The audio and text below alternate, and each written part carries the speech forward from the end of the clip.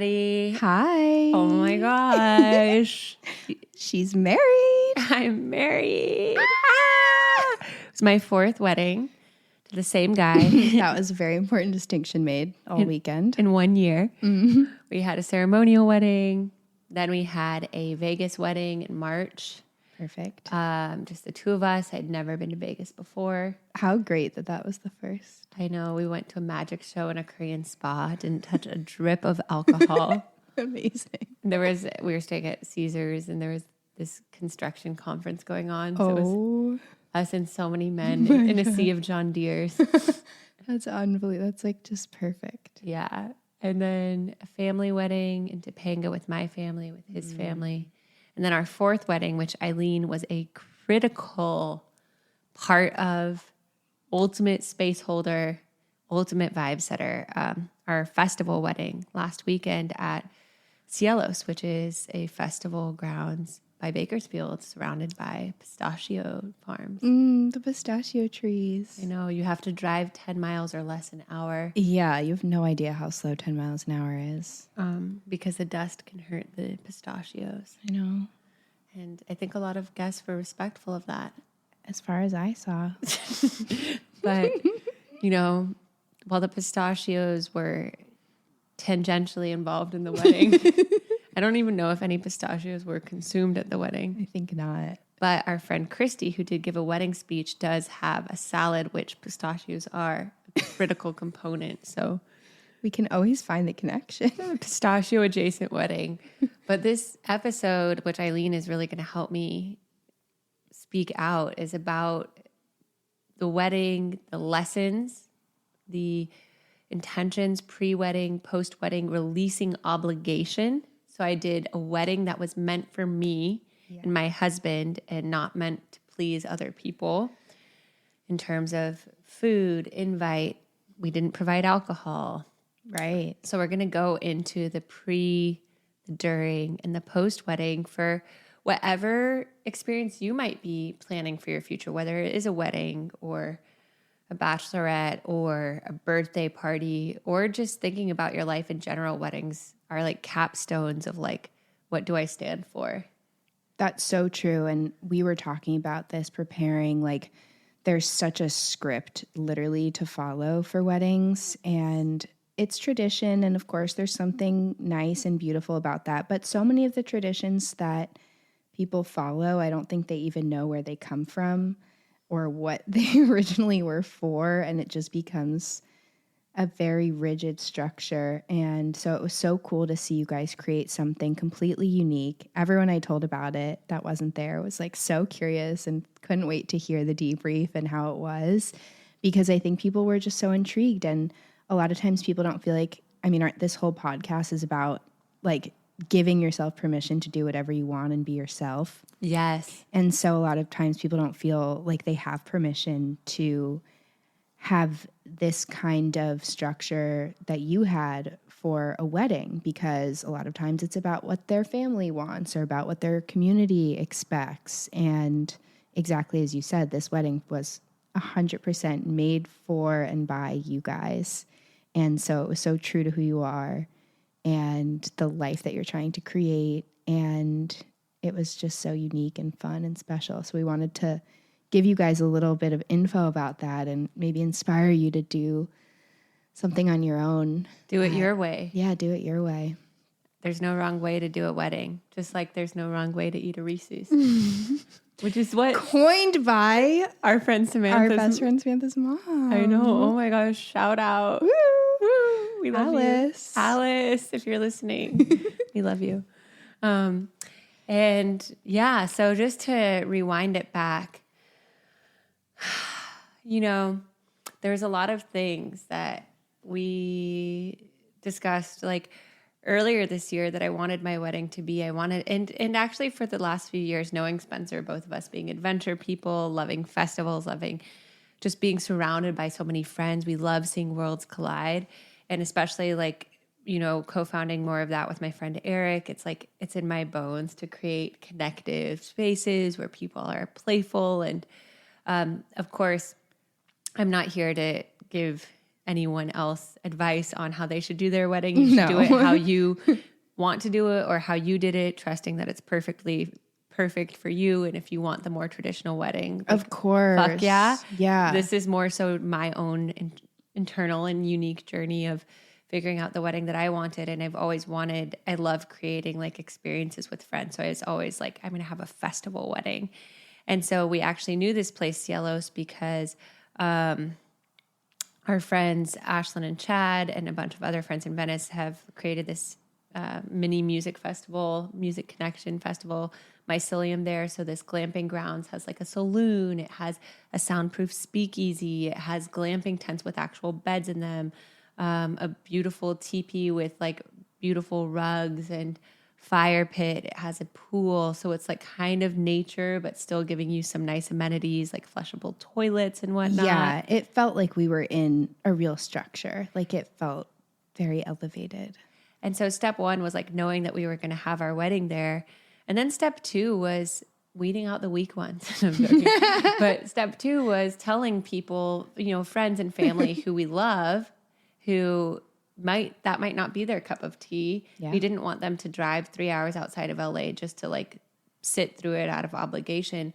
So on our wedding website, we said, this is a festival wedding in the desert. It's going to be hot. You're going to be in a glamping tent. It's going to be gluten-free and vegan, just like the bride, because I've gone to so many other weddings and other things where I can't eat anything but like potatoes or blackberries or the dessert or whatever. And so I was like, this is my wedding. I want to be able to eat everything. Yes, as you should. And that was really important to me. And I don't drink. So I was like, it's going to be a dry wedding. I'm not going to spend $10,000 on alcohol for people. Hell yeah. If you want alcohol, you can BYOB. Mm-hmm. Otherwise, we'll provide some adaptogenic vegan beverages for everyone. Which were amazing. Shout out to our friends at Hio for hooking us up. And yeah, so I put a disclaimer on the website and I said, we will think nothing of it. We know you love us. We love you if you decide not to come to this wedding.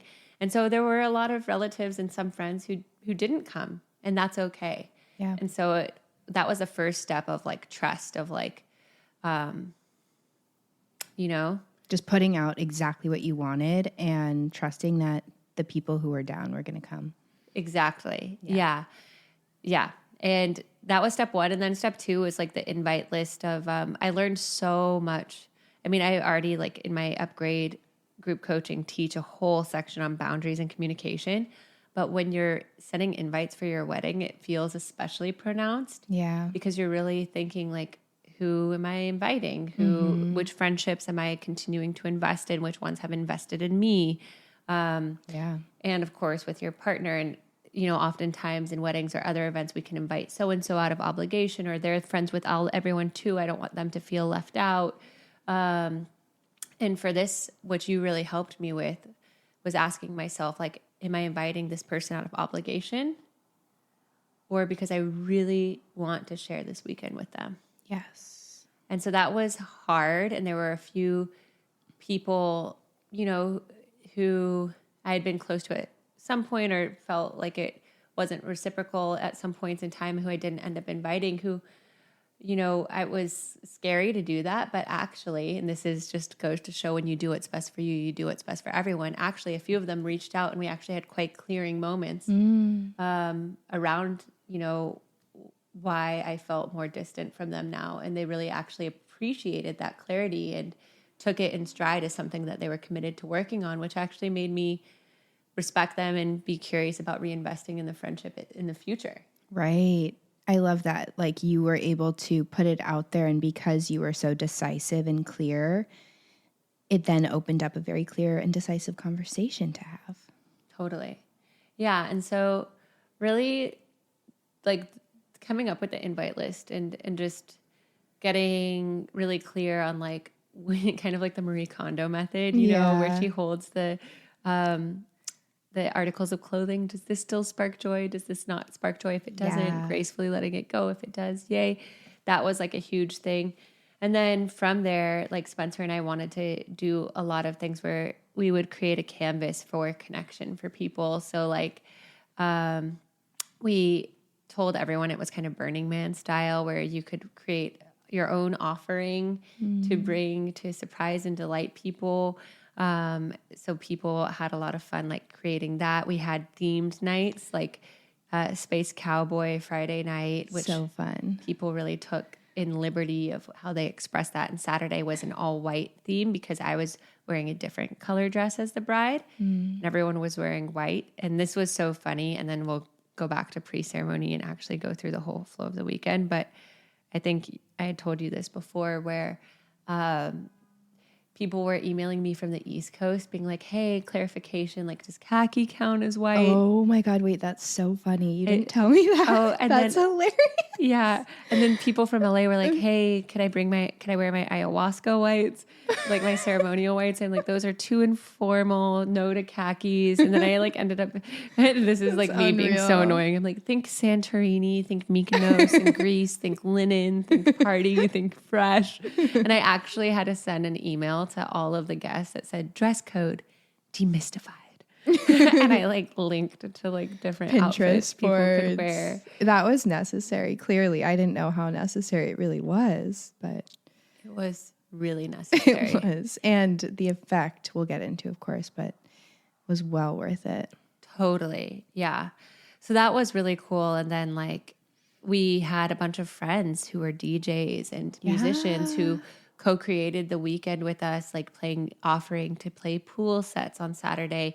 A friend who is an amazing musician and percussionist offered to do handpan Friday night in the teepee for a soft landing, which is just another way of saying like, the arc of the night, like everyone being cozy, being in it together.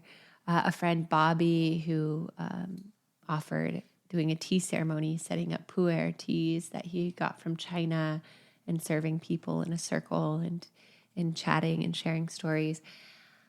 So yeah, it was really cool for all of and then even my makeup and hair were done by my friend Chelsea and Sarah. So it was truly like it takes a village mentality going into the wedding.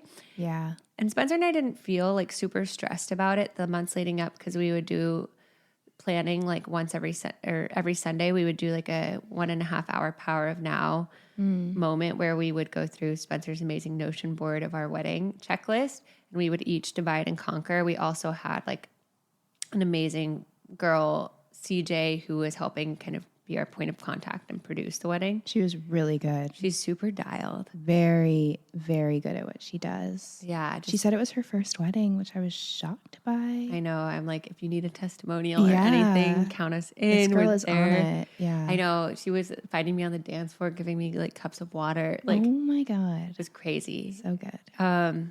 And yeah. So, and then people kept asking me throughout the year, like leading up, like, how are you feeling about the wedding? How are you feeling? And I was like, I actually feel like quite chilled. Yeah. Because it was all very spacious. There were a few things that I had anxiety about leading up to, which I'll say now so we can then briefly talk about it and then get into the larger wedding. But,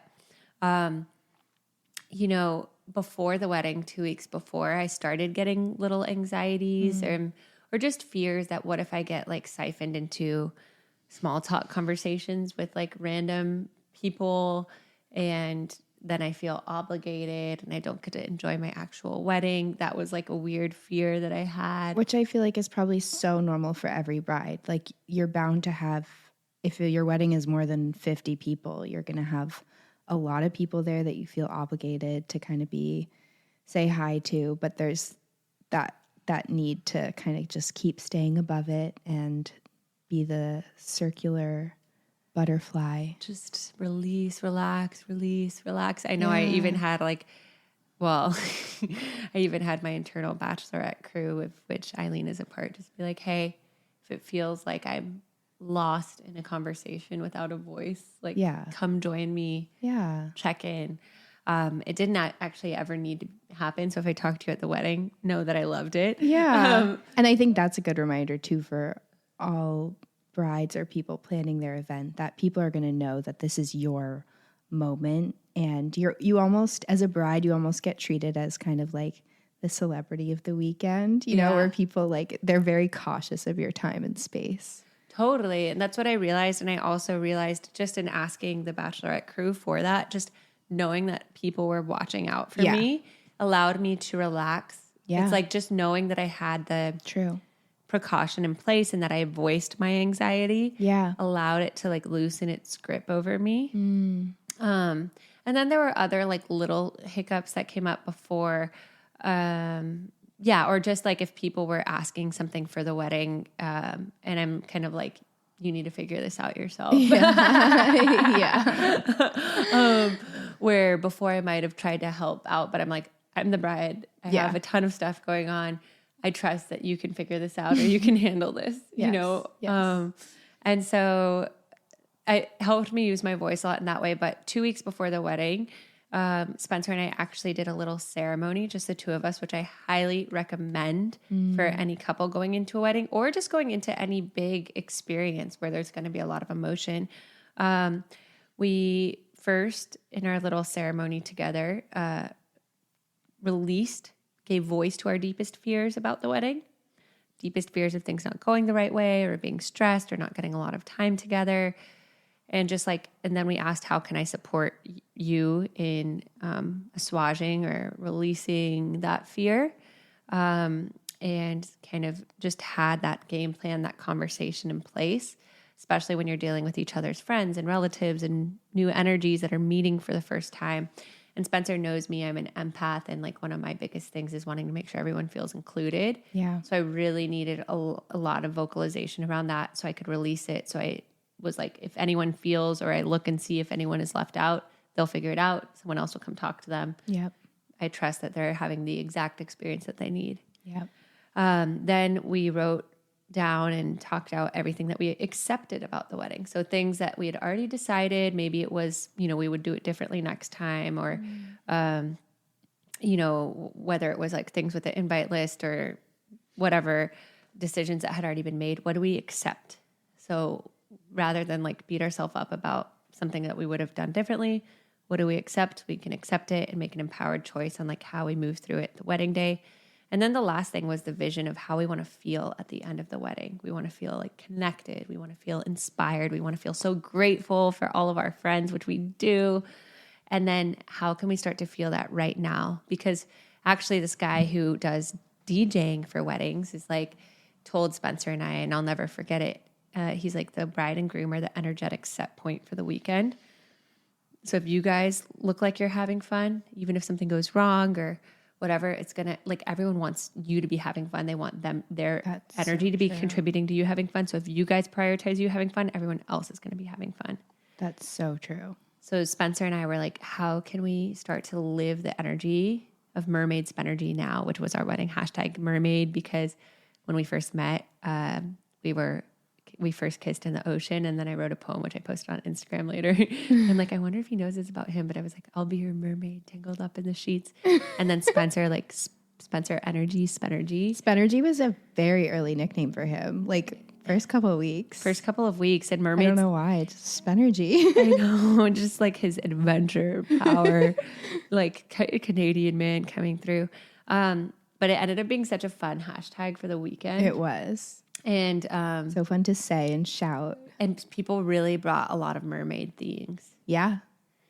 Which we'll get into. But yeah, so that ceremony 2 weeks ago really helped. Yeah. Just like, how do we want to feel? How can we commit to that feeling right now? Yeah. When I start to get anxious, how can I come back to that feeling? I love that you said that, because it was noticeable throughout the weekend too that you guys were so in sync.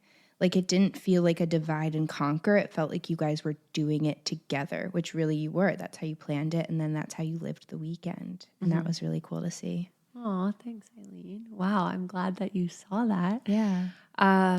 Yeah. So with that, we can kind of get into the flow of the weekend, and then we'll do takeaways from there. Let's do it. So yeah, I guess how did you envision the flow?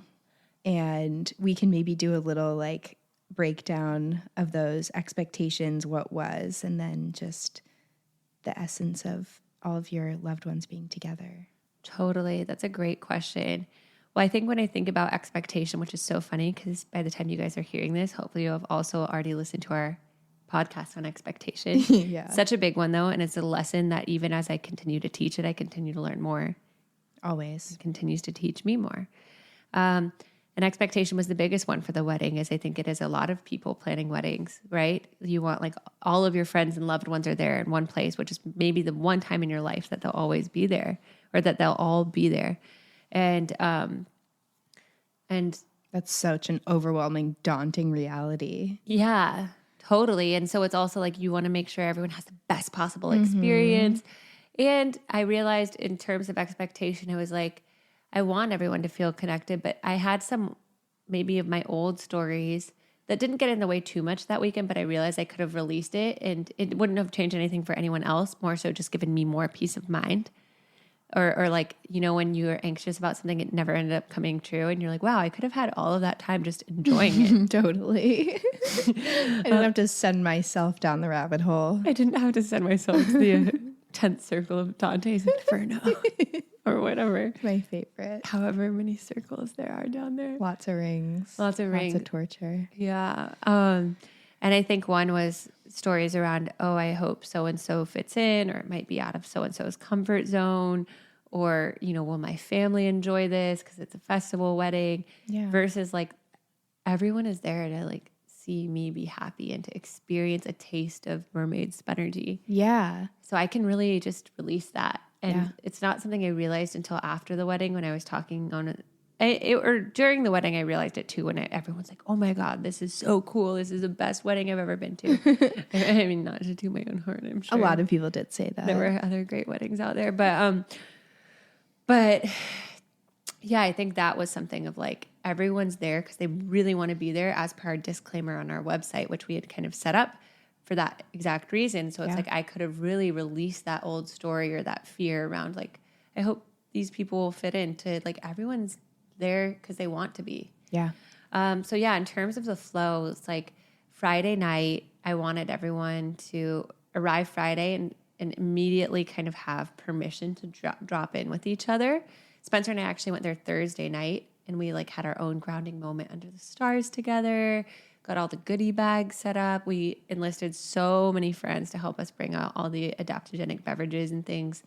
Shout out to Alex, Savannah, Jenny, Max, Chelsea, Christy. Thank you. For all bringing things, and Fetter. But yeah, Friday we set up the goodie bags. We had mugs for everyone because everyone had to use reusable. It was a very sustainable wedding. The glamping grounds insist that everyone uses. Everything was composted or just reusable cups. Yeah, so we got everyone Mermaid Spenergy cups. We put adaptogenic Troop reishi gummies in so everyone could get a good night's sleep.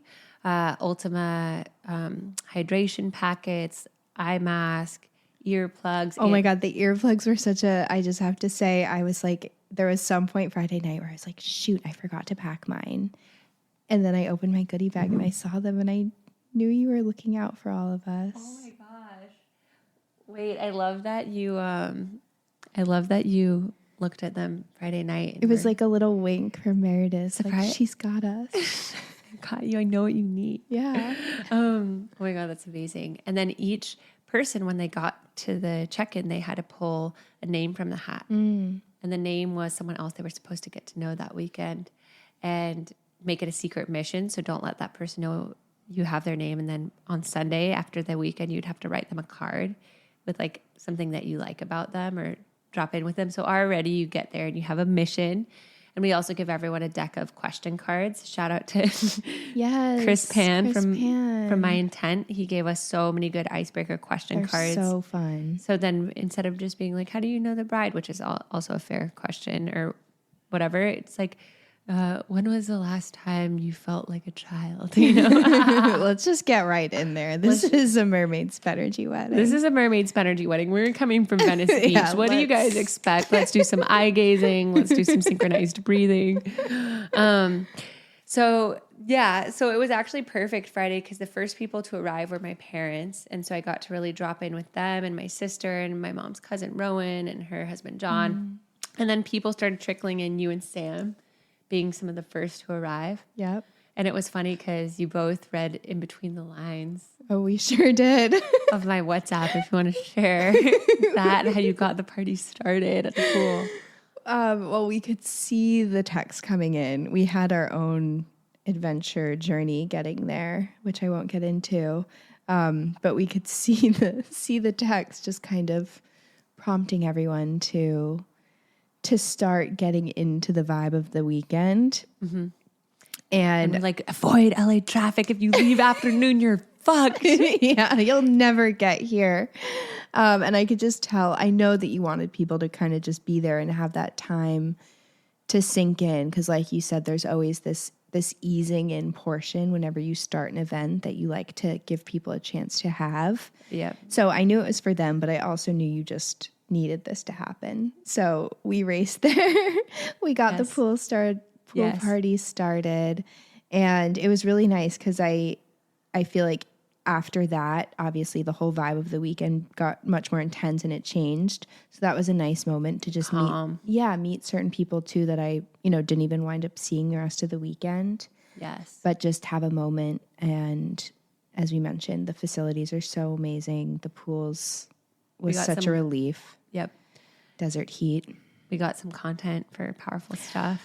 You guys. On the mermaid floaty. Get ready for the B-roll. So good. We've made it our mission.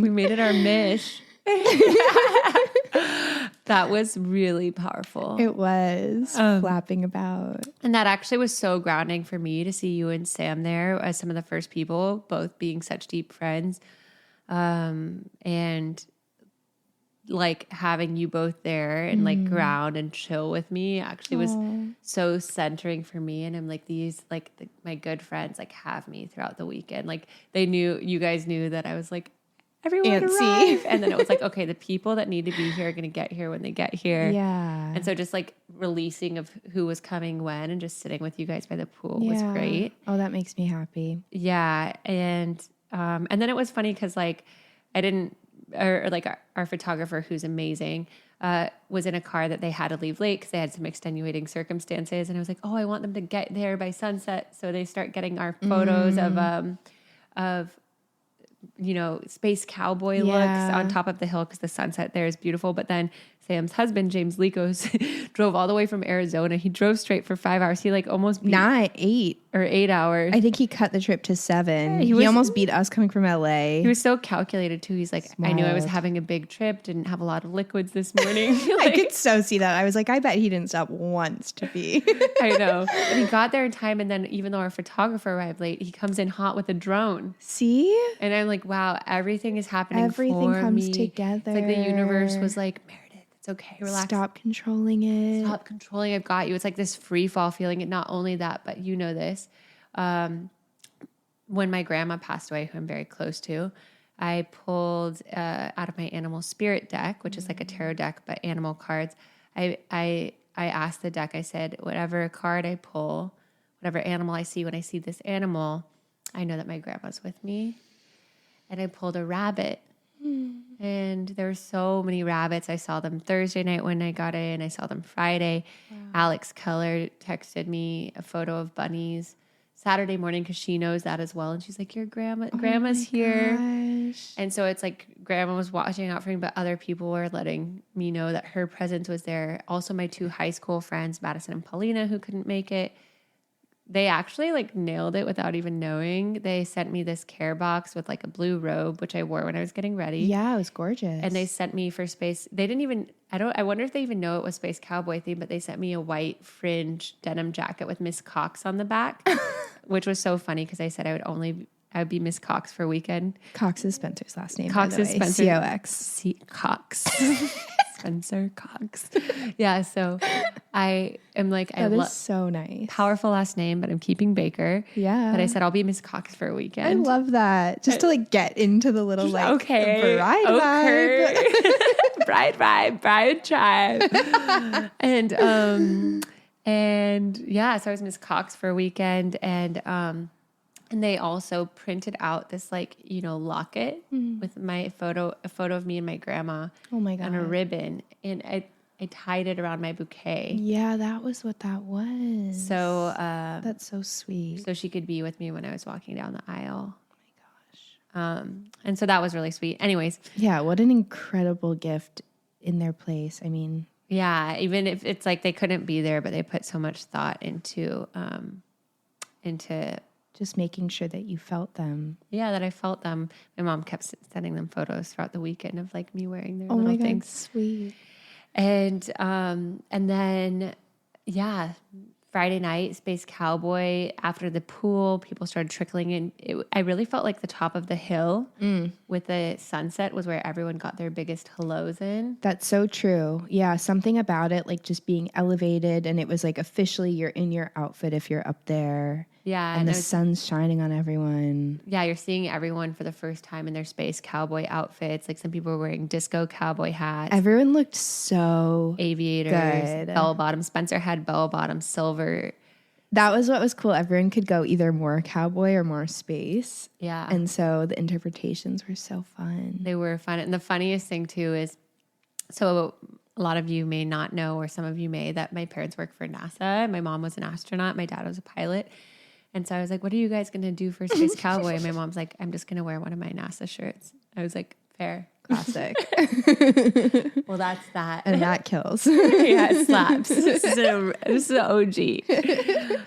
Real space cowboy here. But that was so fun. And my friend's parents, Anna, who they housed me when I got to LA. They were like my LA parents, if you will. They also like just came and brought so much energy. Just like they were the MVPs of the weekend, dancing nonstop. They brought for their offering mermaid tattoos. Oh, that was so cute. Mermaid vibes. They like just took the interpretation of the wedding hashtag and they were like doing mermaid tattoos by the pool. But I first saw them first on the hill there, and it was just so fun seeing them get into like costume and just feeling like everyone's so excited to be there, and everyone was taking photos at sunset, and that felt super great. Yeah. And it was so fun.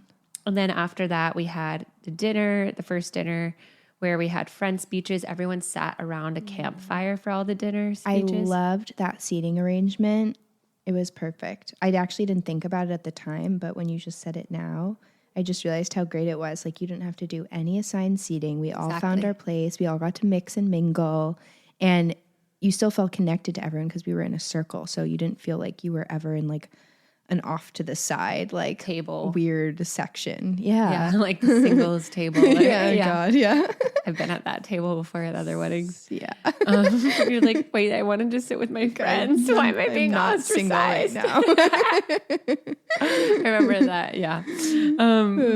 Good times. But so, it was cool. Cause I think to your point, Eileen, like, seating arrangements can be good. And sometimes for us, we wanted everyone to just like, also when you go up to get seconds, sometimes you come back, you sit at a new table. You get distracted, pulled into another convo. So it allows the flexibility of like kind of sitting with whoever, is this seat taken? Just like scoot up next to me in the campfire. Everyone was sitting on cushions on low tables by the campfire. So that was cool for that reason. That it's like, you know, you weren't beholden to one seat for the whole night. Yeah. You know, you could get up, get seconds, sit somewhere else. And then the first night was friend speeches. So good. So all of the Lit Clit gave speeches. And if you guys don't know, which you probably don't, Lit Clit is this text group I have from 4 friends from college. We're all surprisingly 5'9". Just worked out that way. It's pretty amazing, yeah. But we all plan each other's bachelorettes. We all give speeches at each other's wedding. It's like this beautiful rotating circle of friendship. We all, like when our friend had a baby, we all planned the baby shower. So it's like this co-led thing to support each woman in her time. Yeah. And so each woman from the Lit Clit gave a speech. Were really funny. I felt so seen. I know. It was crazy. I was like, oh my God, are you guys just making me feel like I wish that I could put these all on LinkedIn? I feel like we need more moments of that where your friends kind of take the step back and reflect you back to yourself. Because we just, you know, in conversation, we don't always do that. Yeah. And you feel so acknowledged for things that maybe you didn't even realize that like they knew or that they noticed or that they registered and giving credit for. Like, yeah. Oh my God, I loved how Sam was like, yeah, the 2 things I introduced myself at, you know, when I introduce myself in SF is I'm a founder and I go running. And she's like, and Meredith is the reason I go running. I was like, oh my God. I know. And what an honor, because she's such a runner now. She is. And I loved her. She has great, just kind of like anchor points. And her whole thing with that too was then opening it up to everyone else and being like, who else here has been introduced to something new by Meredith Baker? And it's like, obviously everyone. I mean, even if you hadn't had that experience before, which almost everyone has, because Being that's at the wedding. Yeah, just being at the wedding, exactly. But it's just a testament to like, that is your nature, and you do push people and bring them together and motivate them to try new things because you're setting the example. And so that was like such a you moment. I know, that was beautiful when she did the poll and everyone raised their hands. Yeah. It was like, oh my gosh. Because as a 2 on the Enneagram. I know, that's what, Yeah. it's what's needed. It's what's needed. To be acknowledged. To be acknowledged. So if you guys haven't done the Enneagram yet, it's a personality test that kind of tells you why you are the way you are and how you can, where you might be unintegrated and how you can work toward integrating those parts of yourself. And I'm a 2, and the unintegrated part is like, I am not enough, or I'm doing things to like prove that I am enough. And so it's really powerful when a 2 feels acknowledged or seen just as they are. And those speeches totally made me feel that way. And Spencer's friend speeches were great too. And it was special. So good. I was really impressed. You know, all of them were so sweet. Oh my God, the poem. Oh, Kieran. Yeah. That he wrote. Oh my God. I know. Shakespeare. I know. It's like, wow, this is really great. Incredible. And yeah, and then Feder gave a speech for Spencer, which was special because Spencer met Feder, Feder being the husband of Christy, who's one of the girls in the Lit Clit. I hope they're okay with me revealing our text group name. That's in total jest. But yeah, it was special because they started doing jiu-jitsu together and developed their own friendship and their own mastermind. Yeah. But yeah, then after the speeches, we went to the Oasis, which is like the campfire place, and set intentions for the whole weekend for everyone, which I think is always really important, whether it's a wedding or a bachelorette or even just a friend trip. Just saying like, this is our hope for the weekend for everyone. Like, you all will have your intentions. We want you to do what's best for you. Here's the 2 or 3 mandatory things or strongly encouraged things that we would like your presence at. Everything else is a buffet. Yeah, that's perfect. And do what you need to do to realign your own energy. So when you do show up, you're 100%. If you need to go take a nap or send that work email in your tent because you're not stressed. And we just ask that when you are in the group spaces, if you're on your phone, it's just to like take photos. It's not to like be scrolling on social media. Yeah, I want to highlight that because for any group activity, you know, if people are committing their 24/7 time, inevitably there's going to be some moments that they need. But by you saying that and giving that openness to the schedule or flow, like you said, then it really reinforces like when you are there, you're 100% present and you're so excited to be in that moment. And it's the mini of the whole weekend. You know, if you're showing up to the wedding, you're so excited to be there. And so if you're showing up to this dance moment or this musical performance or this little snack, you're A full yes. Yeah. Yeah, so we said that at the beginning, and we also said like Mermaid Spenergy to us, Mer and Spencer, it means like being playful. It means learning more about other people's story. When we learn more about others, we learn more about ourselves. And so we said part of us enjoying this weekend is getting to see all of you connect. So some of you have your friend group. Some of you came not knowing a lot of people. It would really make us feel like we can relax and enjoy the weekend if you guys are taking initiative to include each other and to learn each other's stories and to bring each other in. And I really do feel like just having that permission and that invitation helped people like sink in and kind of maybe break away from the group that they came with to like sit next to someone at the pool and have a little chat. Yeah. And I saw so much of that. Yay. It makes me happy to hear. And then after that, our friend Ashlyn led a little grounding meditation. It was funny because her first song was Oh yeah, the music was correct. And I guess like the sound guy accidentally thought that the playlist would just play automatically, but there was another song which was like electronic. Very upbeat. Like I didn't notice that. I thought that was the vibe she wanted. Yeah, in the cue. And it was so funny because actually when that song came out, I'm like, I love this like energy she's bringing in it. Like she's bringing hype to this meditation. And I loved it. It was great. And it wasn't until after she was like, that was not expected. I was like, well, the vibe was set great. Yep. And it's a good reminder. It kind of reminded me of a lesson I learned in improv of like, if a mistake is made, never let people know. Yeah. Because if you feel comfortable with it and you roll with it, then you can always steer it back on track and the audience is with you the whole time. So true. Versus and you get the desired outcome. Totally. Versus if someone's like, oh my gosh, I feel so uncomfortable. So she nailed it in the moment. No one knew it. No one knew it. And then Eric, my co-founder for More of That, we had to do a connection icebreaker. Of course. Because that's what you do. That's what we do. So I was like, we have to bring one to the wedding. What's it going to be? And Eric and I brainstormed on it, but I'll let you recount it from a participant perspective. God, I don't even remember. Oh, great. I mean, what was it? Okay, sorry. There was a lot that happened. It was so on much. night one. Yeah, night one, baby. Yeah, so basically we handed out 12 different colored rocks. Oh my God. Okay, wait. Sorry. I did remember. I thought there was something before. I was like, did I miss a chatting moment? Because this was a little bit different than some of our connections. It was great. Yeah.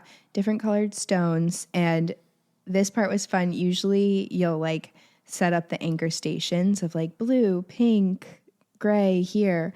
But you guys just let us free for all and find each other. Mm-hmm. So that in itself is part of the connection. You're asking like, are you people, the stone color? Exactly. Yeah, you're trying to find your tribe. You're getting together. You're starting the competition a little bit because you know you're going to be a little bit competing against each other. So we found each other. It was a nice big group. And then we were tasked with drawing on a big poster board our interpretation of Mermaid Spenergy.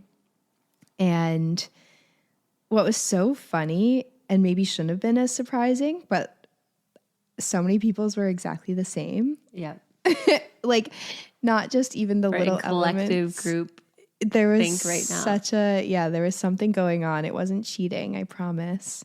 But just like the flow and the way everyone organized theirs was so similar. So I think that's all to say that you guys are very yourselves, and we all feel that and know that.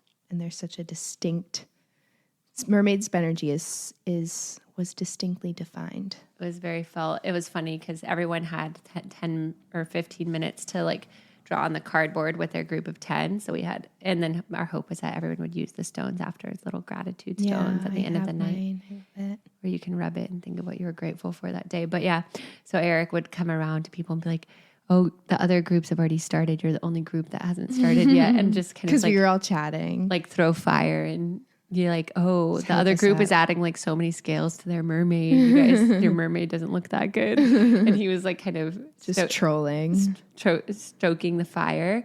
And and then they had 2 people from each group come up and present each group's Mermaid Spenergy. And our initial one that was going to be, they were all hilarious. And my mom was a judge, by the way, and the winning team would get unique space shuttle patches from one of her space shuttle missions. The stakes were high. Yeah. And so she explained about her mission and going into space. And so it was perfect for Space Cowboy, but stakes were high. And one team was initially in the winning league. They had this tarot card that they made called Chosen, which is a song that Spencer and I wrote about choosing each other and still remaining free, which we actually also performed right before the connection exercise. We performed it on guitar and we both sang it. He was mic'd up too, which was so sweet. Because I usually am the singer, but it was the first and only song he's ever written with me. And so it was really sweet to perform that. So they gave a nod to that. And they also had on it like little specific things. Sarah DeWarren was on this team and is one of my oldest friends. And so she knew like little things too. Like she had a little chick breaking out of a shell. Because one of my favorite quotes is, the shell must break before the bird can fly. Meaning sometimes we have to be broken into something uncomfortable before we can spread our wings. So it was like, wow. Oh, I didn't think it had like Riptide, Vance Joy references, who's also a fundamental part of my story. That's true. And so that one was in the lead until this other team not only colored, but they also created a Mermaid Spenergy version of Oh my God, The Little Mermaid. Part of Your World from The Little Mermaid. And when they started singing the lyrics, it was insane. It was game over. It blew. I just truly didn't understand because they also had a fully drawn poster. Like, how are they doing How this did they have time? Yeah. in 10 minutes? And it was they did the full song, like rewrote the lyrics. For the whole song. Yeah, like a 3-minute song. I think they were really good at delegating. I mean, they must have not chatted at all. They must have been like, these people are on the poster, these people are on lyrics. Yeah.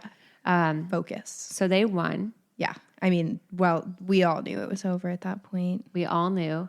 And then we all hung out for a little bit and moved into the teepee. And this was such a funny moment of release because I thought one of my good and oldest friends there, I actually met her before college, so she literally was my oldest friend there, Kieran Gandhi.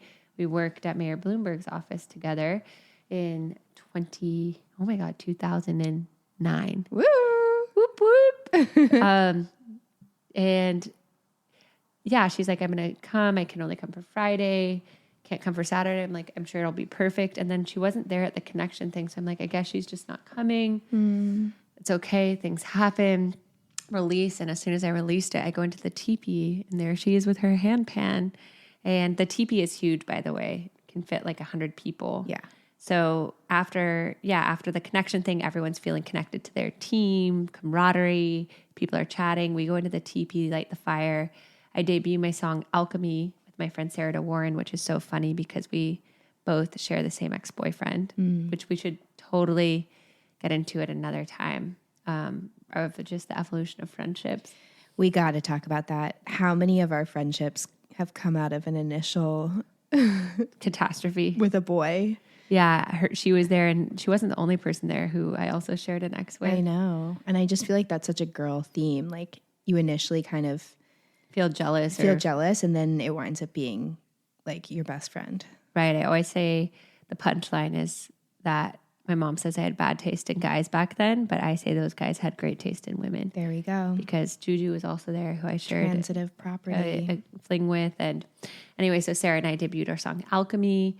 I played my song Calling in You, which I wrote about running into Vance Joy at Erewhon, my ultimate celebrity crush. But then I realized that Spencer's my Vance Joy. It's a song about calling in the person you know you're ready to attract.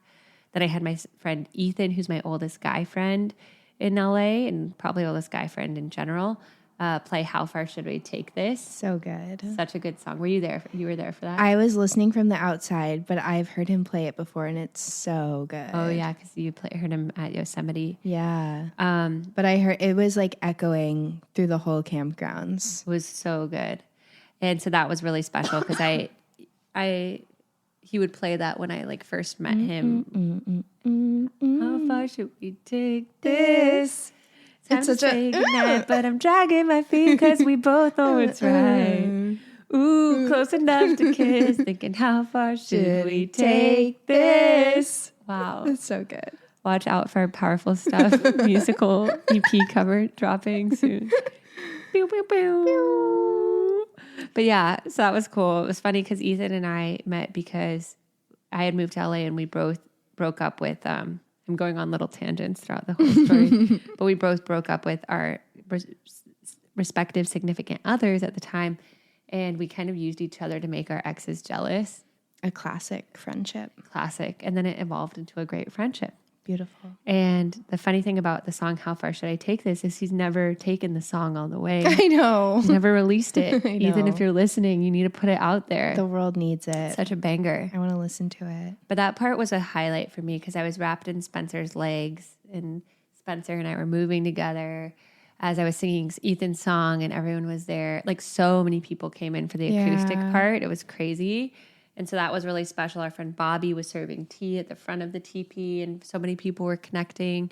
And then Kieran did this amazing hand pan thing. Back to Kieran. Unreal. Who she just came for 12 hours, drove 5 hours each way from San Francisco. And she did an amazing hand pan meditation, took people through the journey of the evolution of our friendships. We've run 4 or 5 marathons together. one of which she free bled in the London Marathon and got a lot of press and used it as a platform to destigmatize menstrual cycles. Hell yeah. At a time when we were not talking about them. Totally. So yeah, she took people on a journey of our friendship and Mermaid Spenergy, and then she got everyone kind of singing along. She got epic. A friend Robbie on the drums, Ethan on guitar, Sarah and I were singing the Gayatri mantra, like Om Bud Budvasvaha Tat Savitur. It like kind of flowed with the energy, and then Spencer knew that mantra too, and so the three of us were singing it. We just all happened to be sitting right there. I loved it. And then everyone in the TP was like, ooh. Yeah, we did a whole like improv collective. Yeah. Ooh, and everyone's using their voice. And the whole thing Kieran says in one of her songs is, own your voice, don't be afraid. Yeah. That was really powerful. I was like magnetically drawn into that. Like I was kind of circling, doing my thing, talking to some people. And I was just like, I need to be in there right now. Right. Now let's do this. Right. Yeah, it was really epic. And yeah, that one was a really, really powerful moment. So Friday night was great. Had some late night tea, probably went to bed at midnight. And then Saturday morning, I woke up at 8. We're really going through a play-by-play. I know. But that's okay. Hope you guys are on for the journey. Yeah, and we'll talk takeaways at the end. Takeaways, journaling prompts. Don't you worry. Don't worry. Just trust. Trust the process. But yeah, Saturday morning, I woke up and I was trying to find my friend Sarah Farrell because on her wedding morning, I led her in a meditation. And so she's like, we'll do one for yours. But I couldn't find her. And I happened to run into our other friend, Alex Culler, who was there solo for the weekend, really showing up, bringing good vibes, even though her fiance was sick. Throwing up. Back at home. And so it was really sweet that I do really appreciate that she was like fully there for me, even though she had a lot going on in her own life that could have easily been distracting or kind of pulling away. But I was trying to find Sarah, ran into Alex, and then I was just like kind of in the free flow energy of like, wait, maybe I meant to run into Alex right now. And Alex, would you share a meditation with me at the top of the hill? So we did a meditation at the top of the hill, and she had told me the week before, like whenever my offering is whenever you need Reiki, energy healing, that weekend I got you. So like we were sitting at the top of the hill overlooking everyone having coffee. And she gave me like a 10-minute Reiki moment. Wow. Which was so grounding and such a great way to start the day, and just kind of like a wink from the universe of like trusting. She had also just before texted me those bunny photos about my grandma. So that was really sweet. And then we did yoga. My friend Angel led it, but she, I gave her my requests of the poses, the things that I wanted. And I gave her my playlist of all of the songs I wanted to hear during yoga, and she crushed it. And it was so fun because one of my most favorite song of all time is Drops of Jupiter. By Train. It's been my favorite song since middle school. Oh my God, I didn't know that was your ultimate favorite. Yeah, it actually also has a crazy NASA story. A few astronauts who have passed away. It was one of their favorite songs as well. Wow. And so it's always had a very special meaning to me, like both in the song and the magic of the song, but also like kind of growing up in NASA family, having a lot of my parents' friends and other people who have been directly affected by like Columbia, like the space shuttle that didn't make it. And anyway, so during Drops of Jupiter, everyone was singing. It was so cool. Yeah. Everyone was singing the whole song. Yeah. And we were like in bridge pose. Yeah. And that was such a like magnetic moment. So cool. Of just like, oh my God, we're all so in sync. Yeah. Everyone's just like belting it. It's just such a special song for so many people. Yeah. And then it was cool after Angel put everyone into Shavasana. I let a little breath work. I didn't want to lead too much on my wedding. But oh my God. Wait, I just have to say that breath work was so good. Especially for people who haven't done it a lot, or even who have. I was talking to so many people afterwards, and they were like, yeah, usually like it can be too quick or it gives me anxiety because that can be the effect of breath work. But the way you led us into it so slowly and ramping up, it was like the first time that I think so many people really got it.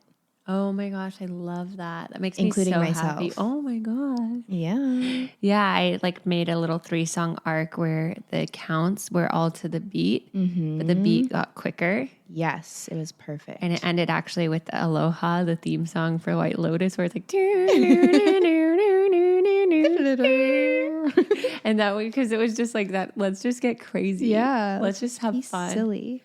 So it was fun to give friends who had never experienced breath work or who have very limited experience with it, just a taste of it, which was my little thing that I wanted to give people from a facilitation perspective. Yeah. For the weekend. And then we had brunch. We did. There was a little moment. This is a great moment to talk about release. Yeah. Eileen was there for it, as was Spencer and my mom. Yeah. So as you all know from earlier in the episode, if you've been with us this whole time, that I really wanted a gluten-free vegan wedding because I've been celiac since I was 12, and it's always been a thing where I've gone to things and I've been hungry, and it's not a huge deal. I'm not like complaining, but you know, it's a challenge. It's gotten easier, but it's certainly a very frequent thing. Challenge. Yeah. And it's one of those things where it's like I've been at other people's events and, oh, you can't have that, or, oh, you can, oh, never mind, you can't. And I wanted to have a wedding where kind of like to make my own inner child happy of like, little Meredith, you can have whatever you want because you're enough and you deserve this. No restrictions. It's your wedding. No restrictions. And I told a few other celiacs, like, this is all gluten-free. You don't need to worry. Yep. And the kitchen staff, there was some crosswire of communication between them and the ground staff, and it wasn't communicated, and they were putting out regular bread with avocado toast. And so as other celiacs were coming, I forget how I found out, but I was like, wow, this gluten-free bread looks amazing. And maybe someone at the kitchen staff was like, oh, that's not gluten-free. I'm like, what? It's not labeled. And so I had a little panic attack because I had to run to all my other celiac friends and be like, don't eat that. And it was like upsetting for me because it was something that I had in my mind that my wedding would always be. And so you were there, and Spencer was there, and my mom was there when I just had a little moment in the corner. And Bennett was there, actually. He wasn't me. Yeah, crying, where I just needed to release all of that anxiety. And I don't think it was just the gluten, as we discussed. Yeah. It's probably just also like wedding day, overwhelm. Oh my God, just high emotions. And it's like sometimes they just have to go somewhere. Right. And then it was powerful to just have like my safest spaces, like you, who's a lockbox, Spencer, my husband, and a sweet moment with my mom where she could really like hold you, be in her mom energy, and like, it's gonna be okay, sweetie. Like, it's very sweet. What do you need? What do you need? You know, I felt very like held and I think you just needed that feeling. Yeah. So it ended up, even though it wasn't ideal with the kitchen, it ended up with the people that I was with, creating a nice little sacred release moment for me, which I appreciate. Thank you for holding safe space. Oh my God, always. Of course. It's just breaking my heart to see you crying like that. Oh. But I knew it was necessary. Oh, you're like, just as it should be. Yeah. When we got you a little gluten-free toast. You sure did. And then we were good to go. And then it was time for the pool. Yeah. Pool party. That's a great thing about this festival wedding is that you never have too much time to sink into it. Yeah.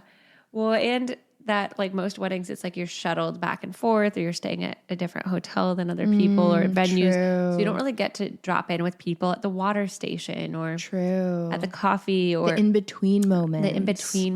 Or That's a good point. You're waiting for the bathroom on a, you just have like the actual like vows and dance party usually. Yeah. So it was cool that everyone really got the whole weekend to have these little moments together. Yeah. And that is what I think actually fostered the connection between people that didn't know each other, because it's a really low stakes, like you're saying, just filling up your water, saying hi, chatting for a minute, and then, there's more organized things to get to. There's more to get to. That's right. Yeah. And it's crazy because the pool party, I actually could have gone on for even more hours. Yeah. The only reason we cut it short is because it's October and the sun gets dark at like 6. So we had to do the vows at 5. But Yeah. if it was a summer wedding, we would have kept the beach party going to like 5. Yeah. And given everyone like 5 to 7 to get ready. But the pool party was cool because that was when people brought out their little offerings. Liz and David, Anna's parents, who we mentioned, MVPs, brought out the mermaid stickers. Our friends Avril and Bob brought out eye masks for people. Oh, that was cute. To do. And then we had cold plunges. So like some friends who have never done cold plunges who aren't, in Venice, everyone and their mom has a cold plunge and sauna or goes to their friend's house who has a cold plunge and sauna. And some friends from the East Coast like never have done a cold plunge before. And it's so empowering when they do something that they think they couldn't have done before. And then they actually breathe through it. And it actually ends up feeling so energizing. So it just put people in such a good mood. Yeah, such high vibes. Spencer's sister did it for the first time. My sister did it for the first time.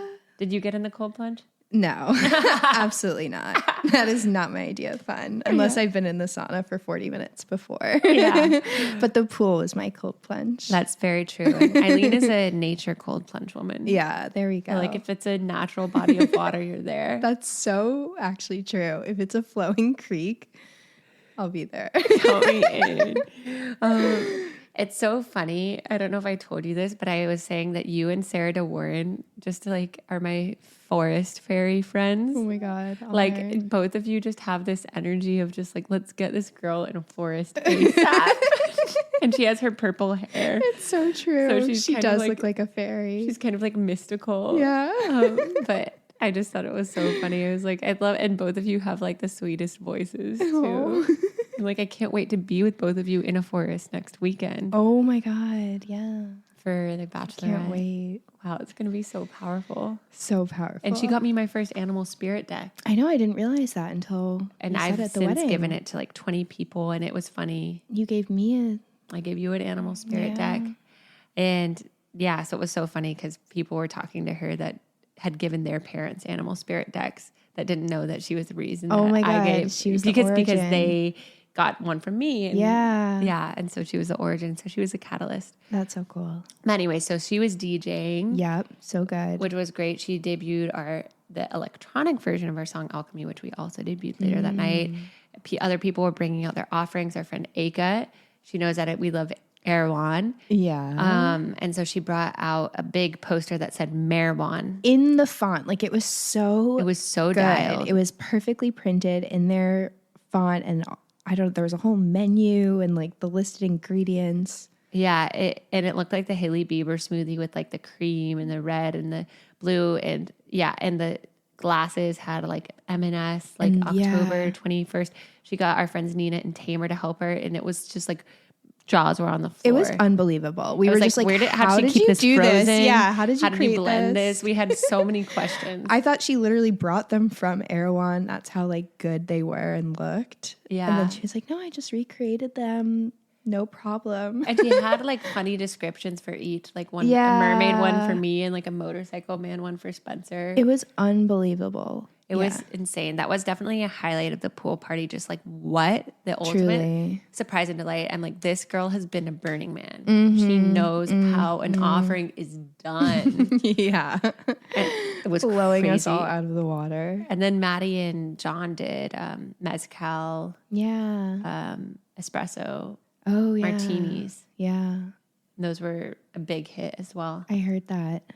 Yeah. And so the pool party was fun. I feel like it was a good place. Everyone was just dropping in. And then I started to, at 3, like want to go to get ready. I had like a meditative moment with Spencer in our tent because there was a lot of energy. Yeah. So we had like a nice little meditation. Then I showered and went into the speakeasy where you were there. And I got ready with all the girls. Yeah. The Lit Clit, you and Chelsea. My friend Sarah was doing my hair. Chelsea was doing my makeup.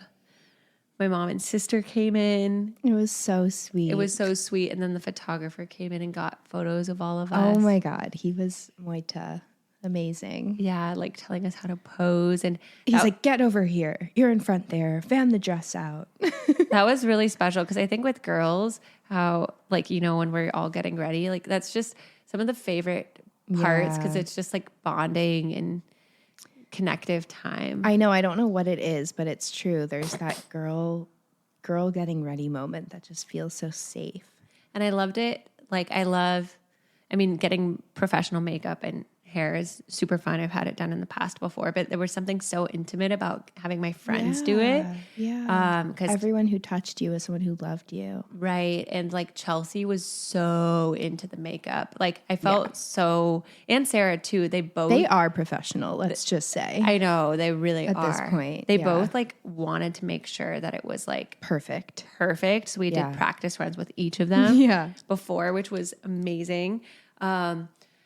Yeah, and then it was time to go out for the vows. Everyone was wearing white. I was wearing like a pinkish dress with gold sequins. Yeah. And a train. And my dad walked me up the hill where everyone was on the hill wearing white. It was a vision with the sun kind of low behind everyone, like glowing them from behind. It was unreal. I started crying when I saw everyone like that I loved on the hill wearing white. Like honestly, me too. Looking so fresh. Yeah. I was just like, oh my God. It was a vision. And everyone's silent and just still. So respectful. Oh my God. It was very powerful. Wow. Yeah. And I started crying when I saw my dad too, because it was such a special moment with him. And he did like the first look where he's like, wow. Oh my God. Yeah. Where he had you turn around. I know. It's like my heart, Dad. That tradition was very cute. Yeah. To keep in. Yeah. Like, there are some traditions that are sense. really there for a reason. Yeah. Like, yeah, him handing me off was so sweet. And then Evan Hatfield, our musician, was playing sitar there. Yeah, that was incredible. I thought that was recorded at first. At the top of the mountain. What a vibe when he's playing sitar at sunset. Oh my God. I was watching some of the videos back and I was like, wow. I was blown away. And then Spencer and I had this beautiful wooden arch that we put at the top of the hill, and our friend Savannah officiated the vows. My sister Karen did it in our intimate family wedding in April. And Savannah did it this time. And it was sweet because she has kind of independent friendships with both Spencer and myself. Yeah, she could really, and she gave a little speech kind of within it. Speaking to both of you. Yeah, and about the types of experiences Spencer and I throw together and how we elevate each other. And he's the operations and I'm the dreamer. Yeah. And we both make each other and our experiences better in that way. And then I read my vows, which... true to Mermaid Spenergy, Spencer and I, in our early courtship days, would write each other poems. Yeah. And they're all on a Notion board now. And I wrote him a poem for my vows. And then he wrote a great vow as well. I was sobbing. Really? Oh, yeah. Oh, during whose vows? Both. Oh. Just like full tears. Chisholm has a lot of videos of that. Oh, I need to get those. It's intense. Oh my God. Chisholm, hook up these videos. I want to see. It was so beautiful. Yeah. It's so funny.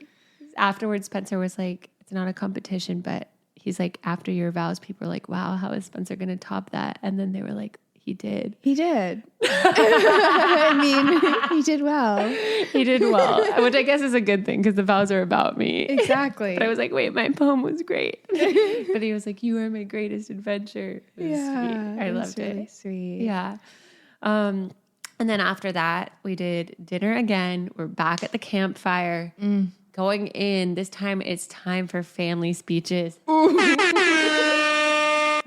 That we needed because they were good. Well, it's funny because my sisters were so sweet, and it was kind of a recreation of her vows from our family wedding in April, and she put so much thought and love in them, and I love to give her a shout out because she is the reason that I had my second wind of Taylor Swift this year, getting us tickets to the Eras tour in April. So got to give her a little shout out. Hers were great. My mom's was really sweet. She used the word soulmate for the first time in her speech. I know. It was really beautiful. Kind of spiritual, I would say. Verging on it. Verging, towing the line. But it was sweet. She was like, your kid is who they are when they come out of the womb. That was what was so cool. Just to interject again. But in the true powerful stuff theme, like when you get to that point with especially a parent where you can totally accept them for who they are, they can totally accept you for who you are. That's the ultimate goal of that kind of relationship. Yes. And to have her acknowledging that and sharing that with everyone there, just so honestly, but so respectfully, and just you being so seen for who you are was a really beautiful moment. It's true. It's true. Thank you, yeah, for clarifying and saying that, because it is like so often our parents' approval can be that which we seek the most. And I was always kind of like a lone ranger, going off the beaten trail into uncharted territories, like cheerleading and beauty pageants and Venice Beach. And she's, very math and science. And just for her to be like, totally love and accept and like love this about you. And I'm here like enjoying the world that you've created. Yeah. Meant so much. And it was a good reminder too of like, I don't need to seek her approval. Exactly. I already have it. Exactly. And she already loves me, and I can relax into that. And it's only me sometimes creating stories in my head of like, oh, I hope she's proud of this. Exactly. Yep. And it's already there. And so it was a good reminder, and a good reminder again after the wedding when I was asking her how she liked it. She's like, well, the most important thing is how you liked it. Yeah. 'Cause I wanted to see you happy. That it's just like, again, Meredith, you can call all this energy back to yourself when you just focus on your happiness and trust that everyone around there is stoked. Yep. So powerful moments. And then Spencer's parents gave great speeches, and his dad gave him a little roast. His dad was the more roasty of the speeches, I would say. Super roasty. But we needed a roasty speech in there. It was so funny. And I think everyone was like very curious about old Spencer. I know. I think it was his mom's speech maybe, where his Vancouver friend said that he wasn't a good listener, but then she was like, it's so funny because everyone in Venice is like, wow, Spencer asked such good questions, such a good listener. Yeah. But apparently he did what I did, which I guess is another reason we're soulmates. He did what I did before he went off on his big motorcycle trip and asked all of his Vancouver friends for feedback. And two of the girls said that you're not really a good listener. Wow. And then he really worked on it. That's amazing. And now everyone, and then when he moved to Venice Beach, he could restart with that reputation or quality. Which is such a good reminder to anyone. Like if you focus on something for a year, less than a year, anything, people's perception of you can change like that. 100%. Because everyone in Venice is like, oh, Spencer asks such good questions. He always follows up on XYZ. They know him as that, and they see that as just him, his personality through and through. That no one questions it. It's crazy. Yeah. And that's very cool. It was very cool. And and then after that, we put out some gluten-free vegan desserts. Praise the Lord. From Sinners and Saints. So highly recommend. And Toto, shouting out Bennett and Sydney for providing so many good gluten-free vegan cookies. Those were gone like instantly. I was going to say gone like crackers, gone like wildfire. Like that's not even an expression. And then we made our way to the dance floor for our first dance. Spencer and I had oh my God, done 8 salsa classes together. We had also done more in Cali and Colombia. We always knew that our first dance would be salsa because we had spent 3 weeks in Colombia together doing salsa. And La Vida es un Carnaval is, for those of you who don't know, Celia Cruz. Did you know that song? I mean, I had heard it, but I didn't really know it. It's been like a favorite of mine since college. It's a classic salsa song. Yeah. Celia Cruz is probably one of the most famous singers from Cuba. Wow. And it's like life is a carnival. It's more lucky to like live life dancing. Yeah. And it's like, more of a dream to like live singing and just everything that kind of the weekend stood for. But it was really cool to pick that song as our wedding song because it's something that I had loved since all of my summers in Latin America in college and before. Yeah, so we did salsa, which I highly recommend, like whether you do a first dance or not, like doing dance classes with your partner. Yeah, because that in itself is kind of fun, bonding. Fun and bonding and a weekly ritual. And it got us like synced up. Like you really learn, like in salsa, it's all about making the girl look good. So like I just had to learn how to release control and totally trust Spencer because he's the one who's twirling me and it's his job to make me look good. That's so real. I love it. So that's like a big Huge push metaphor for that kind of style. Yeah. Yeah. Salsa and bachata. Bachata. I like that. And you guys were amazing. And keep in mind, everyone, this was in sand. Yeah. Just spinning super fast and it's super sharp. But it was so well done. Thank you. And shout out to my friend Johanna who suggested that I get a flapper dress. Good suggestion. Because that was my outfit change. It was so fun. Yeah. And it was like moving around. And then we played some of this is another moment of like vocalize your intention as a bride. Yeah. Or whenever you're creating an experience because people will follow your lead. So before the first dance started, I told friends like our choreographed portion is ending halfway through the song. The dance party starts. As soon as he dips me, can I count on you to catalyze 3 or 4 people around you to just like bring everyone up? So it's not like it ends and then we're like awkward in between time. So I went around and told like 3 or 4 people that like it would help me. Could you do this? And of course they're like down to help the bride. Yeah. And then as soon as it ended, like all my friends got up and everyone was dancing and it was just like perfect. So it's a good reminder of like set your intention and ask for what you want. And it's okay if it doesn't happen, but just like vocalize it. Yeah. And then, we played some of the greatest hits. And then the 2 most powerful moments for me during that portion of the night were Cruel Summer. Yeah. Singing the bridge. I told like 10 friends that we're going to play Cruel Summer.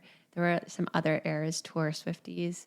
There were. The audience. I could see. And all of us gathered around and shouted the bridge where it's like, I'm drunk in the back of the car and I cry like a baby coming home from the bar. Oh. Anyways, I won't do the whole thing, but it was really powerful. It was so fun. All of the girls jumping up and down and all of the guys looking at us like, what's going on? Like 1 or 2 guys singing too. Yeah, and we're all still wearing white. And some girls who weren't Swifties, like specifically like drove up to Cielos for 2.5 hours listening to the song so they could sing it for that moment. Oh my gosh. Like Juju. Yeah. It was so sweet. So sweet. And then Love Story, which everyone knew. And Spencer and I proposed to each other in Love Story. Or like we got down on our knees. Yeah. Yeah, so that was great. And then Sarah and I debuted our song Alchemy yet again because I'm like, wow, we have this captive audience. Yeah, let's go. Let's go. The sound engineer loved it, wants to introduce it to his friend at a label. Hell yeah. Putting in the energy. And then we had the sitar player back and he was doing electronic music and sitar and saxophone, which was so cool. It's like different than your average wedding band. Yeah. Throwing down. Everyone was loving it. Started off high energy and then kind of like everyone circled around the campfires. We had some nice intention setting for the rest of the night. You and me and Spencer and our friend John in our tent. Yeah. Which was really nice and kind of had an hour where everyone was kind of like recharging. Yeah. Filtering out the crew that was going to bed, the crew that was staying up, but everyone was having a restful moment. Yeah. And then we made a call. I guess this is like remaining flexible in your wedding, but we made a call of moving the second DJ. There's a sound ordinance at Cielo, so you can't have amplified sound after midnight. So they have a soundproof speakeasy that literally looks like a speakeasy bar. It's so cool. It looks like you're walking onto like an old Western bar movie set. Totally. That's a great way to describe it. It's so well it. designed and it's such a vibe and so cozy, but also just kind of this wild energy. It's wild. And our friend Fraser was DJing the late night set, but we made the call to change the schedule a little, move it up. Cut the schedule a little, move it early, so that way people would have a second wind. So that's kind of like being flexible in your wedding. Like, and it was so good not having a hard that. start or stop or, oh no, but we paid this musician for this long. So we're like, you're right. We want the energy to continue to go. So Fraser started at 11:30 instead of 12. And he was like, I'm just going to intuit and vibe with everyone. He usually plays like electronic tropical house with our friends in Venice, but he's like, this is a mixed crew. We have some East Coasters here. Yeah. He played some like, oh my God, he played all the great, gorgeous, like Black Eyed Peas. 2000s hits. Or glamorous. That's what I meant to say. Oh, yeah. Yeah, 2000s hits goodies. It was so good. It was so good. And I gave everyone glow sticks. Yeah. And the glow sticks were actually such a vibe. They were so fun. Everyone was just like swinging their glow sticks. Yeah. I had so many little fun moments with past friends. We even had like a moment where all of my different roommates from different areas of my life got together. Yeah. And we all shared a hug. Yeah. It was like a little mycelial network of roommates through osmosis. Yeah. And just friends who I haven't gotten to stay out late and party with were out partying with me at that time. So true. And it was really powerful. And then something that Eileen knows, many of my friends know, that I really care deeply about. Oh, and then I had an extra outfit change. Of course. Which Eileen helped me with. So I went from the flapper dress to this amazing leotard. Oh my God, this studded bodysuit. Wow. An amazing leotard. My friend Jennifer Sunfirst, who's a Swedish DJ, gave me to borrow. I'm like, now that it's on, I love it. It's gonna be hard to take it off. But yeah, she gave it to me to borrow, and it was really powerful. Yeah, it was gorgeous. And yeah, I danced in that outfit change. Anyways, then we came into the teepee after Fraser ended his last song, after we shared our dance. And some friends like you and my friend Alex knew how important the soft landing was to me, which is like, you know, sometimes when people get tired, they immediately disappear and go to bed, which is fine. But my friends know that I love all of us, like being in platonic cuddle puddles and chilling and sipping tea and kind of chatting and having a slow end to the night that feels very nourishing and integrative. And so many friends who usually go to bed earlier stayed up just to see me make it to the soft landing. Yeah. Like you and Alex and Chelsea, which Chelsea's always there at the end with me, but you and Alex, which I so deeply appreciate, and Sam. Yeah. And that was really sweet. Just seeing like all these different friends from different friend groups and in the soft landing, some friends got their cuddle puddle virginity taken for the first time. I know it sounds like this weird sex orgy, but it's totally platonic. It really wasn't. It's just like this oxytocin. Just like you could just lay on someone's leg and yeah, it's like Twister, and you're just fall like back. And it was so nice. Our friend Bobby was serving tea again, and then an hour or two in, everyone left, and Spencer and I remained. And it was this beautiful moment of like, holy shit, we did it. Yeah. We were just sitting there together with a crackling fire, and shared a little meditative moment, and held each other, and we're like, wow, everything like happened just as we wanted it to. And that was really special and really beautiful. And then I feel like that's so important at the end of that wedding night. to have that one moment with your person. Yeah. Totally. Yeah. I mean, obviously throughout, like we said, just being in sync and setting that intention from the beginning, but being able to end it and acknowledge all of the work you put into it and how it all came together. So good. Yeah. So heartwarming. Totally. And so that was really powerful, ending it. And then Sunday morning, we're all about closing the containers. We had an opening ceremony Saturday. Sunday, we had a closing ceremony. Everyone was in the speakeasy about to get their brunch. I led a brief meditation of like, what does Mermaid Spenergy mean to you? How can you take this with you Yeah. that you've cultivated this weekend, whether it's through a new friend or an experience, and how can you share it with others? Because that's how we create the ripple effect. We want you to go out and feel recharged or carry the spark out to someone else in your life, beyond our wedding, because that would make us the happiest. And so we kind of dropped into that and then had them share one last time with a new person who they didn't get to connect with yet, of like what their action would be to literally carry Mermaid Spenergy energy out with them throughout the week. And then they handed each other their cards back. So it was a really fun moment where people were finding the person and revealing that they were the person who had their card the whole weekend. And yeah, it was a beautiful soft landing. It was. Yeah. It was. And then I was just to wrap it up, or wrap the recount portion up, and then we'll just do a quick little and journaling moment for you guys. This was really powerful, long recount. Yeah, we episode. got into it. It's so funny because Eileen and I actually hadn't seen each other since the wedding, so we actually like got into it twice. Yeah, this is like hour 3, but it's still fresh. It's still fresh, and it was so helpful reliving it with you. So yeah, a few things that like to be expected after weddings, which I just wanted to talk about, is like you're on a huge dopamine high from seeing everyone, from everything to be on you. So giving yourself a few days to like decompress, and also to allow yourself to be sad that it's over, to allow like any annoyances to come up that need to just be released. I recommend getting them up and out earlier rather than later, like not swallowing them. Like there were some things I felt sad about Sunday, like some people who kind of weren't around Saturday night who I wanted to be around. And it was good to just voice that to my husband, voice that to my journal and release it. Yeah. And just acknowledge it, because it's okay. It's a yes and of like, yes, it was sad that those people weren't there for this moment, and these other people were. Yeah. And it doesn't mean that I'm not grateful for these other people being there, and I can just release it. It doesn't mean that I'm not going to have the best memories from that night, or that I didn't have good memories with those people at certain other points in the weekend. Yeah. And yeah, so I think Sunday and Monday was just a day of processing and allowing complicated emotions to come up, because it was such a high, but There was just so much that happened in such a short period of time. Right, that it's like system processing, and there was so much good that I found myself initially trying to resist the things that I wish I had done differently, or the things that didn't exactly happen the way, but I was like, I just need to like voice it and get it out, and take my own advice that I would give my clients of like, feel it to heal it. It's like, feel those feelings, release it, journal, scream into a pillow.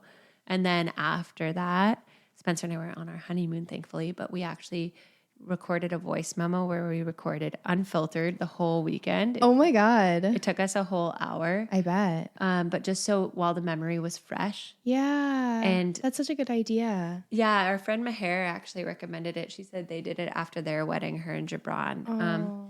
I don't know if you got to meet them at the weekend. I did. I had a great connection with Gibran. I've met Maher a few times in the past back in New York. I love her. Yeah. And him and I bonded. He collects rugs, so we had a big bonding moment. Oh my gosh, I love He's that.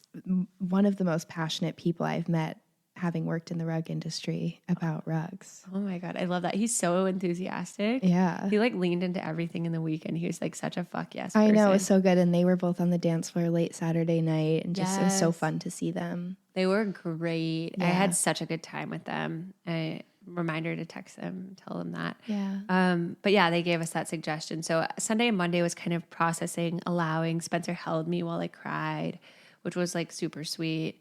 And yeah, and then we recorded that voice note of just like all the things that happened. Yeah. The good, the bad, the silver linings, the takeaways, just while it was all still fresh. And doing that, I feel like when your mind is still like, this is not based in neuroscience, but like while your mind is still pliable after a big experience like that, I was like, I want to really take the time to like reinforce all the good details of the good little memories. Like my mom smiling throughout the weekend, or, you know, the little breath moment you led me in before the vows, and you and I having that special moment, which was so powerful, which I forgot to mention earlier. And like all the things that were really good. I think there's definitely science behind that. And if it's not out there already, Watch we're about to prove it. We'll find the studies. Yeah, we'll find the studies. And so it was just such a good process of like allowing, releasing, clearing the channel, and then really reframing it with all of the good. And it wasn't even a huge reframe. It was just getting out the little niggles. Yeah. And really like harping on savoring all of the good moments. And what helped with that too is Spencer and I wrote thank you cards to every single person who like contributed to the wedding in some way, and just like sending those voice notes together, writing those cards together. This week really like also helped us like just sit in that gratitude. Yeah. Together. Your honeymoon. In our honeymoon. Yeah. Yeah, we went to Kauai, which was beautiful. We're doing a larger honeymoon in July where we're going to motorcycle from Portugal to Vietnam, but we wanted to go somewhere we could decompress. Actually, this is a funny little story, and then we can do a little wrap up. But yeah, we wanted somewhere we could decompress. Spencer can't leave the country yet, green card pending. Right. But we decided to go to Honolulu Bay in Kauai, and it was like perfect. I'm just going to lay, read, surf, and maybe hike the Nepali coast. And we got a few recommendations from a few different people to go to Waimea, which is like the Grand Canyon of Kauai. Yeah. Which is a 3-hour drive each way. Okay. And we only have like 5 full days there. So it's a good reminder. Spencer and I actually talked about this a lot, about the wedding and about the honeymoon. We ended up going because of multiple people's recommendations. But then once we were there, it was like beautiful, no doubt. But it's kind of something that I would have done if we had 2 weeks there. Yeah. Not like 5 precious do nothing days. Yeah. Especially because we were also using one of the days to hike the Nepali coast, which is the other side of Waimea, which is like super stunning. And there's a waterfall and you can swim in it and everything. Anyways, so it was just funny because the honeymoon was great. And that day I was kind of just like, I wish I was on the beach in Hanalei. Do you know, like our house is right there in Hanalei. Why did we create this 6-hour car situation? Oh God. But then I realized what it comes down to, and it was really clarifying and good for Spencer and I. And he obviously wanted to do whatever would make me happy. But both of us didn't really connect to our intention that day on Wednesday, and we kind of just went for it. And again, Waimea is beautiful. Glad we saw it, but just something I would have done. You didn't need it differently, yeah, or done if I had longer time there, and because my intention was to decompress and to do nothing. And we realized that for our wedding too. It's like whenever we had a stressy moment, it's when we weren't vocalizing or paying attention to our intention. Like the Waimea thing could have been solved if, what is our intention for this trip? Yeah. Does this to relax? Fit? Does it fit into the intention? It's the days that we've overlooked the intention. Yeah. Or, to a small degree, this is like the little thing that I got into with you at the wedding, and everything went perfectly and it happened just as it was meant to be. And I do believe that. And I realized like Saturday night, I did how everyone was so good at rising to the occasion when I did vocalize my intention. Like, I realized that I didn't vocalize my intention as much for the soft landing, which is something that I absolutely really love. And so part of me was like feeling a little type of way about it, even though a lot of my favorite people were there at the beginning and through the end. But it was a reminder of like, if you voice your intention, like things usually happen, or at least you release a what if, even if it doesn't happen that way. And so it was just like, that was such a big takeaway from the wedding and the honeymoon of like, it actually does work out just as it's meant to. And especially the times when I do use my voice and do vocalize my intention, it works out. It's just a reminder to keep doing it. Because in the times that I forgot were the times that I felt like off kilter. Yeah. And that's such a good reminder for everything we talk about, which is once you decide on something, it doesn't just magically happen, and you have to keep coming back to it and reminding yourself of the reason you made that decision or set that intention for yourself. Totally. Yeah. It's like continuing to commit to show up. And then you have the choice of like, maybe I pivot or whatever, but you always feel empowered and like you're steering the ship every step of the way. Totally. Which was a huge takeaway, because these big events can always be microcosms for larger life lessons. Exactly. That was a huge takeaway from that Saturday night and Waimea, while still allowing the yes and Waimea was beautiful. And we still had a few do nothing days in our honeymoon that were great. And everyone who was meant to be there at any point in the arc of the wedding weekend was, and it happened perfectly. And so it's like allowing the musings and learnings while still trusting in the perfection of the moment, which is the work. Yeah. And the magic. Yeah. Wow. Shall we wrap up? Yeah. So we'll just do a little intentional moment just for you to come back to at the end of this episode, whenever you're setting your intention for your own experience.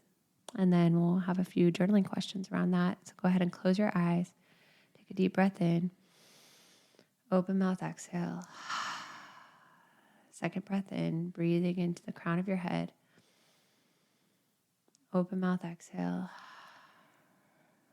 And then third and deepest breath, pulling in your breath from your nostrils, feeling it lift to touch your third eye, to touch the crown of your head. Exhale as you waterfall it out, completely turning your gaze inward. Thinking about whatever experience that you have ahead of you, whether it's a wedding, a bachelorette, a birthday.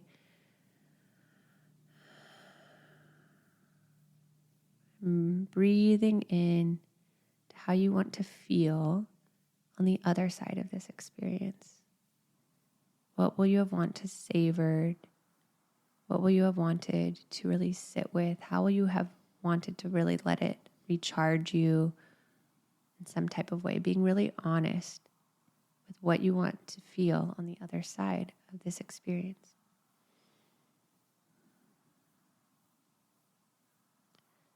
And as you let that feeling arise, breathing it into your heart space, having that feeling pump through your blood to your fingertips, to your toes, to the crown of your head, sitting up taller, embodying the energy of this feeling. And in your mind's eye, seeing a mirror appear in front of you, noticing the demeanor, the energy of the person on the other side of the mirror, that version of you who's experienced this thing already. And asking them for a piece of wisdom of how you can embody this intention throughout this experience. How can you be the catalyst for this energy throughout the experience? Trusting whatever they say.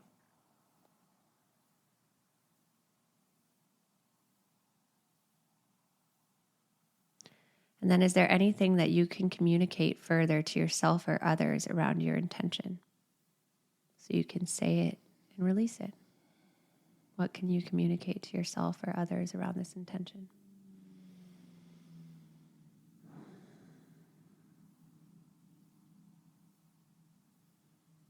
And then just asking that version of yourself to see a vision in the mirror of you with others this weekend, embodied in your most centered energy, regardless of the energy of others, and letting that be your energetic set point. Just seeing that vision of you play out.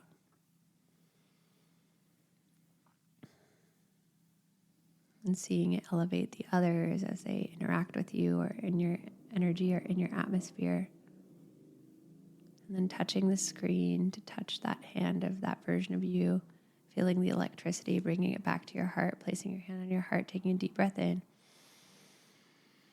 And then open mouth exhale.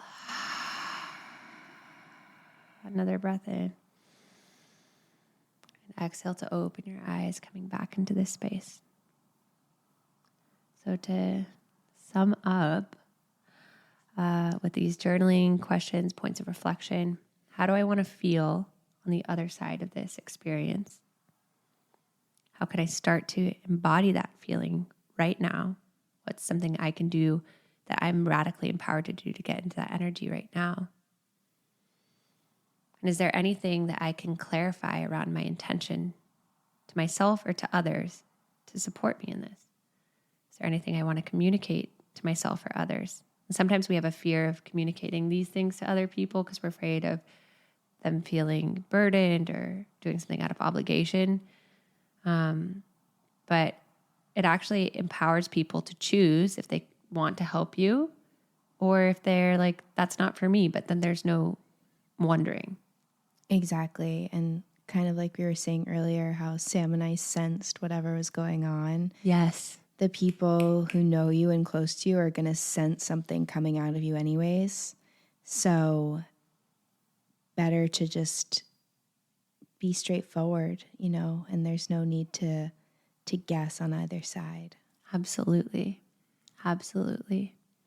Wow. Well, Eileen, thank you for reliving the Mermaid Spenergy energy with me. I'm so glad we got to. And thank you also for just being such a near and dear best friend, creating so much powerful stuff within and beyond the podcast. So many special moments with you at the wedding, our little moment together at the vows, our little moment in the tent. Yeah. I really appreciate you. I felt you showing up this whole weekend, and you're really part of a core memory of it, leading up to it and helping me process it before and helping me solidify all the great memories after and heading to the Bachelorette next weekend. I'm so excited and I love you. And I really just wanted it to be everything you dreamed of because I know you have had it all dreamed up for a long time. Oh, love you. Love you. Boo, boo, boo. Mermaid Spenergy. We love you guys. See you next week for more powerful stuff.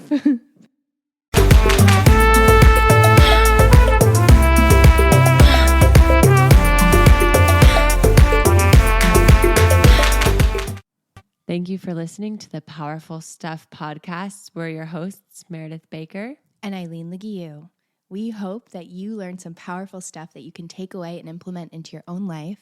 And if you do, we would love it if you rate, review, and subscribe to our podcast, Powerful Stuff. And if something deeply resonates with you and you share it on social media, tag us. We would love to hear from you. And we will also see you next week for some more powerful stuff.